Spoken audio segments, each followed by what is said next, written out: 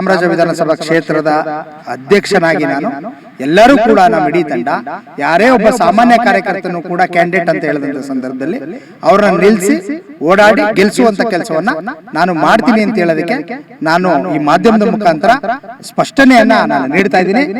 ನೋಡಿ, ಮೊನ್ನೆ ಏನು ಕ್ಯಾಲೆಂಡರ್ ಬಿಡುಗಡೆ ಆಯಿತು 5ನೇ ತಾರೀಕು ಸೋಮವಾರದಂದು ಪ್ರತಾಪ್ ಸಿಂಹ ಸ್ನೇಹ ಬಳಗ ಅನ್ನೋ ಕ್ಯಾಲೆಂಡ್ರು, ಆ ಸಂದರ್ಭದಿಂದ ಇದೆಲ್ಲವೂ ಕೂಡ ಗೊಂದಲಗಳು ಸೃಷ್ಟಿಯಾಗಿದೆ. ಇದರಲ್ಲಿ ಗೊಂದಲಗೀಡಾಗುವಂಥ ಅನಿವಾರ್ಯತೆ ಏನಿಲ್ಲ ಅಂತ ನಂಗೆ ಅನ್ನಿಸ್ತದೆ.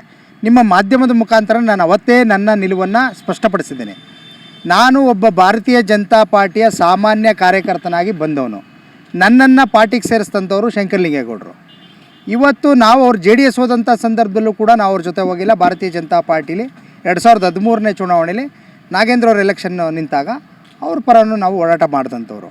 2014ರಲ್ಲಿ ಪ್ರತಾಪ್ ಸಿಂಹ ಅವರು ಹೊಸದಾಗಿ ಕ್ಯಾಂಡಿಡೇಟ್ ಆಗಿ ಬಂದಂಥ ಸಂದರ್ಭದಲ್ಲಿ ಅವ್ರಿಗೂ ಕೂಡ ಕೆಲಸವನ್ನು ಮಾಡಿದ್ದೀವಿ.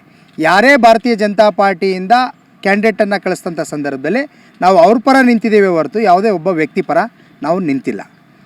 ಹಾಗಾಗಿ ನಮ್ಮ ಇಡೀ ಕಾರ್ಯಕರ್ತರು, ನಮ್ಮ ಚಾಮರಾಜ ವಿಧಾನಸಭಾ ಕ್ಷೇತ್ರದ ಅಧ್ಯಕ್ಷನಾಗಿ ನಾನು ಎಲ್ಲರೂ ಕೂಡ ನಮ್ಮ ಇಡೀ ತಂಡ ಯಾರೇ ಒಬ್ಬ ಸಾಮಾನ್ಯ ಕಾರ್ಯಕರ್ತನು ಕೂಡ ಕ್ಯಾಂಡಿಡೇಟ್ ಅಂತ ಹೇಳಿದಂಥ ಸಂದರ್ಭದಲ್ಲಿ ಅವರನ್ನು ನಿಲ್ಲಿಸಿ ಓಡಾಡಿ ಗೆಲ್ಲಿಸುವಂಥ ಕೆಲಸವನ್ನು ನಾನು ಮಾಡ್ತೀನಿ ಅಂತ ಹೇಳೋದಕ್ಕೆ ನಾನು ಈ ಮಾಧ್ಯಮದ ಮುಖಾಂತರ ಸ್ಪಷ್ಟನೆಯನ್ನು ನಾನು ನೀಡ್ತಾ ಇದ್ದೀನಿ. ಯಾವುದು ಗೊಂದಲ ಆಗೋ ಅವಶ್ಯಕತೆ ಇಲ್ಲ. ಯಾಕೆ ಅಂತೇಳಿದ್ರೆ, ಫಸ್ಟು ಮಾತಾಡಬೇಕಾದ್ರೆ ಅಭ್ಯರ್ಥಿ ಮತ್ತು ಆಕಾಂಕ್ಷಿ ಅನ್ನೋ ವ್ಯತ್ಯಾಸವನ್ನು ತಿಳ್ಕೋಬೇಕಾಗ್ತದೆ. ಅಭ್ಯರ್ಥಿ ಅಂದರೆ ಘೋಷಣೆ ಮಾಡ್ದಂಗೆ, ಆಕಾಂಕ್ಷಿ ಅಂದರೆ ಯಾರು ಬೇಕಾದ್ರೂ ಆಕಾಂಕ್ಷಿ ಆಗ್ಬೋದು. ಇವತ್ತು ಮಾಧ್ಯಮದಲ್ಲಿ ಡಾಕ್ಟರ್ ಸುಶ್ರುತ್ ಗೌಡರು ಕೂಡ ಮಾತಾಡಿದ್ದಾರೆ, ನಾನು ಕೂಡ ಆಕಾಂಕ್ಷಿ ಅಂತ. ಇನ್ನು JDSಲ್ಲೂ ಕೂಡ ಹಲವಾರು ಇವರು ಏನ್ರಿ ನೀವು ಮಾತ್ರ ಅಭ್ಯರ್ಥಿಗಳ, ನಾವು NDA ಇದ್ದೀವಿ, ನಾವು ಕೂಡ ಅಭ್ಯರ್ಥಿಗಳಿದ್ದೀವಿ, ನೀವೇ ಮಾತಾಡ್ಕೊತಾ ಇದ್ದೀರಿ ಅಂತ ಯಾರೋ ನನಗೆ ಕರೆ ಮಾಡಿ ಕೇಳಿದ್ರು. ನಾನು ಅದಕ್ಕೆ ಸ್ಪಷ್ಟನೆ ನೀಡಿದ್ದೀನಿ. ಹೈಕಮಾಂಡ್ ಏನು ಅಂತಿಮವಾಗಿ ತೀರ್ಮಾನ ಮಾಡಿ ಯಾರೇ ಒಬ್ಬ ಕ್ಯಾಂಡಿಡೇಟ್ನ ಘೋಷಣೆ ಮಾಡಿದಂಥ ಸಂದರ್ಭದಲ್ಲಿ ನಾನು ಕ್ಷೇತ್ರದ ಅಧ್ಯಕ್ಷನಾಗಿ ನಮ್ಮ ಇಡೀ ಕಾರ್ಯಕರ್ತರನ್ನ ಒಗ್ಗೂಡಿಸ್ಕೊಂಡು ಅವ್ರನ್ನ ಗೆಲ್ಲಿಸುವಂಥ ಕೆಲಸವನ್ನು ನಾನು 2028ನೇ ಚುನಾವಣೆಯಲ್ಲಿ ನಾನು ಮಾಡ್ತೀನಿ ಅಂತ ಹೇಳೋದಕ್ಕೆ ನಾನು ಇಚ್ಛೆ ಪಡ್ತೀನಿ. ನಾನು ಭಾರತೀಯ ಜನತಾ ಪಾರ್ಟಿಗೆ ಯಾವತ್ತು ಸೇರ್ಪಡೆ ಆದನೋ ಅವತ್ತು ಶಂಕರಲಿಂಗೇಗೌಡರಿಗೆ ಒಂದು ಮಾತನ್ನು ಕೊಟ್ಟಿದ್ದೆ. ಅವರು ಕೂಡ ಹೇಳಿದರು, ನೀನು ಇರುವವರೆಗೂ BJPಗೆ ನಿನ್ನ ಮತವನ್ನು ಹಾಕಬೇಕು ಅಂಥೇಳಿ ಒಂದು ವೋಟರ್ ID ಮಾಡಿಸಿ ನನಗೆ ಕೊಡುವಂಥ ಕೆಲಸವನ್ನು ಮಾಡಿದ್ರು. ಆಗಿಂದ ಹಿಡಿದು ಈಗಿದುವರೆಗೂ ಕೂಡ ನಾನು ಭಾರತೀಯ ಜನತಾ ಪಾರ್ಟಿಯ ಕಾರ್ಯಕರ್ತನಾಗಿ ಸೇವೆ ಸಲ್ಲಿಸ್ತಾ ಬಂದಿದ್ದೀನಿ. ಮುಂದೆನೂ ಕೂಡ ಸೇವೆ ಸಲ್ಲಿಸ್ತೇನೆ. ನಂದೇನೇ ಇದ್ದರೂ ಭಾರತೀಯ ಜನತಾ ಪಾರ್ಟಿ ಸಿಸ್ಟಮಲ್ಲಿ ಹೋಗೋದೆ. ನನ್ನ ನಿಲುವು ಯಾವತ್ತಿದ್ರೂ ಭಾರತೀಯ ಜನತಾ ಪಾರ್ಟಿ ಏನು ನಿಲುವು ತಗೊಳುತ್ತೆ ಅದೇ ನನ್ನ ನಿಲುವಾಗಿರ್ತದೆ ಅಂತ ಹೇಳೋಕ್ಕೆ ನಾನು ಇಚ್ಛೆಯನ್ನು ಪಡ್ತೀನಿ. ನಾನು ಒಬ್ಬ ಸಾಮಾನ್ಯ ಕಾರ್ಯಕರ್ತ. ನಾನು ಇವತ್ತವರೆಗೂ ಅವತ್ತೆಲ್ಲಿದ್ದ ದಿನೇಶ್ ಗೌಡ ಅಂತ ಹೇಳಿದ್ರೆ ಒಬ್ಬ ಬೂತ್ ಅಧ್ಯಕ್ಷ ಎಲ್ಲಿರಬೇಕೋ ಅಲ್ಲಿದ್ದ. ಇವತ್ತು ಕ್ಷೇತ್ರದ ಅಧ್ಯಕ್ಷ ಆಗಿದ್ದೀನಿ. ಕ್ಷೇತ್ರದ ಅಧ್ಯಕ್ಷ ಆಗಿ ಎಲ್ಲಿರಬೇಕೋ ಅಲ್ಲಿದ್ದೀನಿ ಅಂತ ಹೇಳೋದಕ್ಕೆ ನಾನು ಇಚ್ಛೆ ಪಡ್ತೇನೆ. ನೋಡಿ, ಯಾರೇ ಆಗಿರ್ಬೋದು, ಇವತ್ತು ನಮ್ಮ ಭಾರತೀಯ ಜನತಾ ಪಾರ್ಟಿ ಹೈಕಮಾಂಡು ಎಲ್ಲವನ್ನೂ ಹಳದಿ ತೂಗಿ ಟಿಕೆಟ್ ಕೊಡುವಂಥ ಕೆಲಸವನ್ನು ಮಾಡುತ್ತೆ. ಮಾಡಿದಂಥ ಸಂದರ್ಭದಲ್ಲಿ ಅವರಿಗೆ ಏನು ಟಿಕೆಟ್ನ ಘೋಷಣೆ ಮಾಡ್ತದೆ ಅವತ್ತು ನಮ್ಮ ಇಡೀ ಭಾರತೀಯ ಜನತಾ ಪಾರ್ಟಿ ಕಾರ್ಯಕರ್ತರು ನಿಲ್ತಾರೆ. ಉದಾಹರಣೆ, 2013ನೇ ಚುನಾವಣೆಯಲ್ಲಿ ಶಂಕರಲಿಂಗೇಗೌಡರು 4 ಬಾರಿ ಶಾಸಕರಾಗಿದ್ದರು ಭಾರತೀಯ ಜನತಾ ಪಾರ್ಟಿಗೆ. ಅವರು ಏಕಾಏಕಿ JDSಗೆ ಹೋಗಿ ಸೇರ್ಕೊಂಬಿಟ್ರು. ಎಷ್ಟು ಜನ ಹೊಟ್ಟೋಗ್ಬಿಟ್ರು ಅವರಿಂದ? ಎಲ್ಲ ಭಾರತೀಯ ಜನತಾ ಪಾರ್ಟಿ ಸಿಸ್ಟಮಲ್ಲೇ ಇದ್ದರು. ನಾಗೇಂದ್ರನವರು KR ಕಾನ್ಸ್ಟಿಟ್ಯೂನ್ಸಿಂದ ಬಂದು ಚಾಮರಾಜದಲ್ಲಿ ನಿಂತಂಥ ಸಂದರ್ಭದಲ್ಲಿ ಇಡೀ ಕಾರ್ಯಕರ್ತರು ಅವ್ರ ಹಿಂದೆ ನಿಂತ್ಕೊಂಡು ಕೆಲಸ ಮಾಡಲಿಲ್ವಾ? 2018ರಲ್ಲಿ ಅದೇ ಕಾರ್ಯಕರ್ತರು ಅವ್ರನ್ನ ಗೆಲ್ಲಿಸುವಂಥ ಕೆಲಸ ಮಾಡಲಿಲ್ವಾ? 2023ರಲ್ಲೂ ಕೂಡ ತುಂಬ ಹೋರಾಟವನ್ನು ಮಾಡಿದ್ವಿ.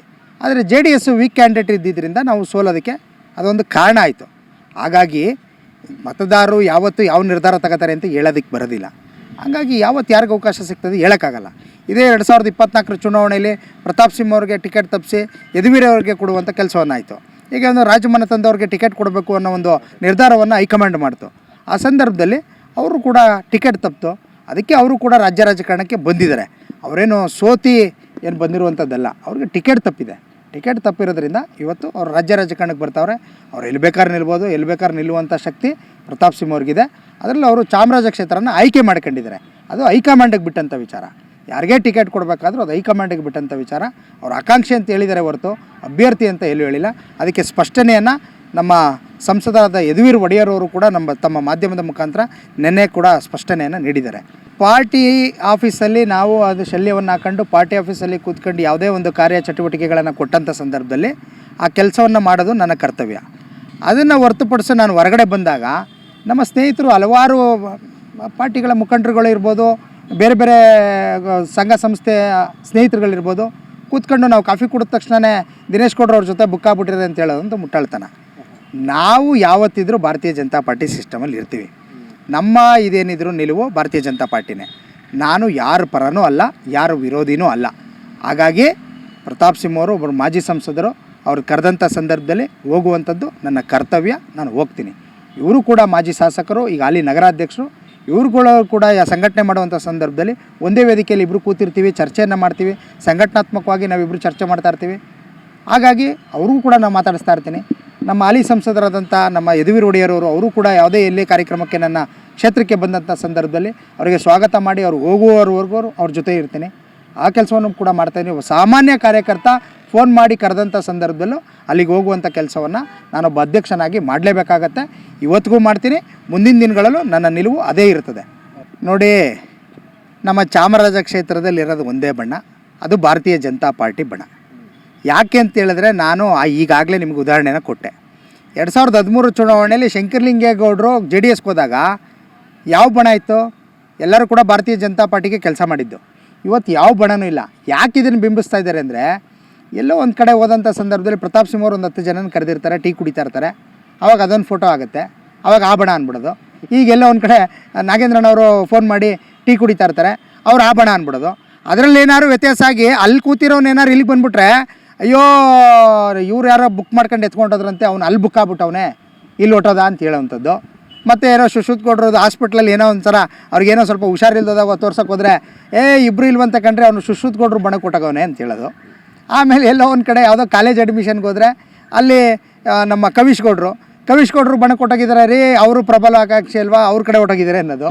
ಪಾಪ ನಮ್ಮ ಚಲನಚಿತ್ರ ನಟರು, ನಮ್ಮ JP ಅವರು, ಜಯಪ್ರಕಾಶ್ ಅವರು ರಾಜಕೀಯದ ಜೊತೆಗೆ ಅವರು ಚಲನಚಿತ್ರ ನಟರು.